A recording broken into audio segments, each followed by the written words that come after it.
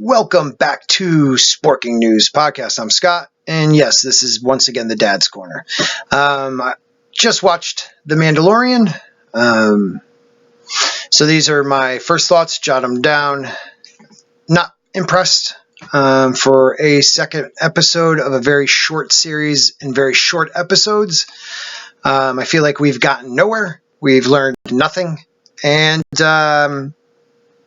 all they really want to do is give us nostalgia. I don't know. Let's just run through it, and then maybe things will pop up as I talk. I jotted down a couple notes.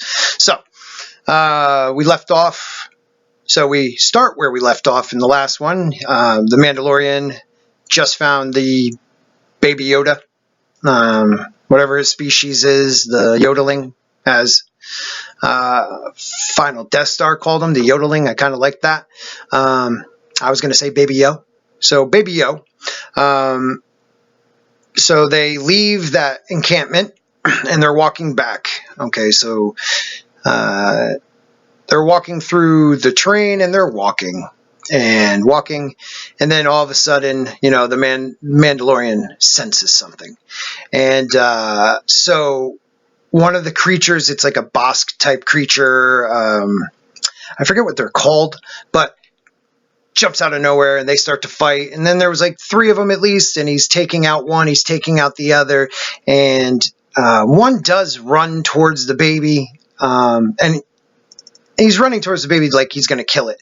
Okay, so let's just say he doesn't think he's going to beat the Mandalorian, so he's just going to off this kid.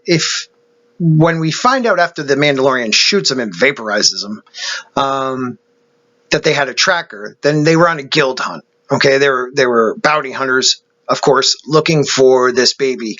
So if he just kills the baby for no reason, think whatever reason they think it is, none of them are left. It's the Mandalorian who just drags a dead Yoda, a baby Yo, and gets the money. So that made no sense that he was just going to kill it and then turn around and come back at an armed Mandalorian that just disposed of two of your other guys. That part made no sense to me. Also, Pedro Pascal, if that's him in the suit, he looks so small. Like when he was the Red Viper, he was lean, but he was tall, and intimidating. And I think he's like 5'11", 6 foot. So he's not like huge guy, but I don't know. In the scenes, he just looks like a small little guy in a suit. So I really do want to know if he if he just did voice acting or it was the whole caboodle. You know what I mean? Because he just looks non-intimidating. All right. Everybody he's come up against is except for the next scene, is either his size or bigger. He doesn't seem intimidating at all. So they keep walking. All right. And they're walking to the ship. And when they get to the ship's in ruins. Okay. So Jawas, what planet are we on? Seriously. These Jawas are ripping apart his ship, and I thought Jawas were only on Tatooine. I don't know a lot about the EU, but I'm pretty sure I've heard that that's where they're from, unless from maybe like 11 years from A New Hope, they've now moved out into the galaxy. I don't know. I don't understand that. The only thing I could say is maybe they're a different offshoot, because the Jawas from New Hope, I had to look this up because I felt like they looked different for some reason. The Jawas from A New Hope have little yellow eyes, and these had bigger red eyes. So maybe they're a different offshoot, but we don't get any information in this show, so who cares, right? It makes no sense. So anyways, he's shooting. That gun, boom! It's like a shotgun, like a slug, and it vaporizes these little bastards. It's pretty hilarious. So they take his parts and they're taking off, which is cool because it's the same type of ship, or land cruiser. And he runs after it, catches up to it. And this is probably one of the better scenes for action, at least. Like he's trying to climb up to get it, to attack a whole freaking, 40 Jawas by himself, but whatever. He's going after him, and they're opening up little hatches and throwing stuff. And he's just getting pelted left and right. And then he uses his grappling hook. He uses flamethrower, I think, at one point. But the grappling hook's the best part because he's doing like a Batman like from the original Batman TV show. He's doing like the walk up like this, it was good. But he's getting pelted. Finally, he gets up there, and they zap the hell out of him. Oh, there is that one part where like he's about to get crushed. A lot of people I've watched a couple of reviews because I had to see what other people were saying about this because I keep feeling like everyone's really liking this show. But they were like, oh, it's like kind of a nod to Indiana Jones, and I think it's The Last Crusade where Indy's on the tank. I guess so. That would be a cool little nod. But, he does the flip up and stuff. But he gets to the top. They zap him. I mean, they tase his ass. There was like 8 of them shot him at the same time. And he falls. I mean, that's a far drop straight on his back. So he's only knocked out. And Baby Yoda just chills because he has it that Baby Yoda's hooked up to him. So wherever he goes, it follows that little cruising thing. And Baby Yoda chills. And then he finally wakes up. And then they proceed to walk back to Quills. Quills, is it? Yeah, Quills. Nick Nolte's guy. Let's see what else I had. Yeah, they pulled apart the ship. Yeah, Batman climb. All right, so we're back at Quills. He tells them, what am I going to do? Oh, so happens Quill trades with the Jawas. So that's cool. So they get on like a... one of those thingamabobbers again. And the CGI is not the greatest for $15 million an episode. I don't know. Like the first episode had that ice monster was like the only thing that I felt like looked up to, Game of Thrones like ability. Like really high quality. And you're spending 10 to 15 mil an episode. I've heard different things. It should be up there. So yeah, the CGI is not the best, but whatever. I like the puppet, the animatronics, puppeteering, whatever you want to call the other stuff. That's cool. So they get to the Jawas. They do their little, he talks to them. The only one thing I think we learn about the Mandalorian at all yet in this series is that when he's told to put down his weapon, he says to the, paraphrasing, my gun is my religion. I'm a Mandalorian. My gun is my religion. That is like the only insight onto this guy we have gotten. Okay.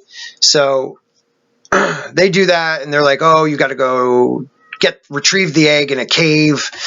So the next scene is him and Baby Yoda. I guess he can't trust Quill, I guess. So him and Baby Yoda go to this cave where this monster has an egg, and he goes in and comes out, and it is like a hairy reek, like one of those hairy rhinos from the prequel gladiator scene. A little different. It only had one horn and it was hairy, but it's close. If haven't seen the show, that's kind of that feel. Really hairy looking. CGI was a little bit better, but still. So he's getting the living shit kicked out of him. I mean, really getting pummeled by this thing. Tried weapons, just didn't work. And now he's like, he just got wrecked. At one point, it tries to rush Baby Yoda, and he saves it. But the thing, he's covered in mud. His armor's destroyed, and he's now like on a knee with a dagger, like a samurai, like kind of like with his knife. Just, I'm not going out without, you're gonna ram me and run me over. I'm gonna take it. Like that to me was one of the better scenes, until it gets like a couple inches from him, and Baby Yoda does the Force. What? Okay, if we're to believe, now maybe we're all wrong, and this isn't a baby. It's just that's the stage of the baby yo. Maybe it's an adolescent, and it's just looks like a baby. Because there was a part where he got cut against those raiders, and Baby Yoda keeps jumping out of the little thing, and he went to heal him, so we knew he was going to do something in the episode. The Mandalorian didn't realize. He kept putting him back in. But we all knew he was trying to use the Force. And now in this scene, he lifts this rhino. Now, this thing is huge, okay? And, there's a part, sorry if you hear my cat, there's a part where, in Return of the Jedi, I'm sorry, I am out of it. Empire Strikes Back when Yoda lifts the X-Wing. I mean, he's physically drained from that. Okay, so the Force takes something physical from you. You know, you can see it in Luke when he's lifting the rocks in training. Other than Rey, you know, who lifts boulders like it's nothing, like she doesn't even wince. Baby Yoda does like lift this thing, and it takes a lot out of Baby Yoda. But still, how do you do that with no training? You know, the only access to the Force that's supposed to be that easy is from the dark side. Like, a Jedi takes years and years of training to get to this point, and Baby Yoda does it like it's nothing. So we have no clue what Baby Yoda's about. We have no clue what the Mandalorian's about. We have no clue what's going on. I mean, that's really what's aggravating me. You're into 2 episodes. You know, a first episode should just, you know, grab you and give you something about what this show is going to be about. I mean, Game of Thrones, you knew there was White Walkers. So spoilers for Game of Thrones if you haven't watched it.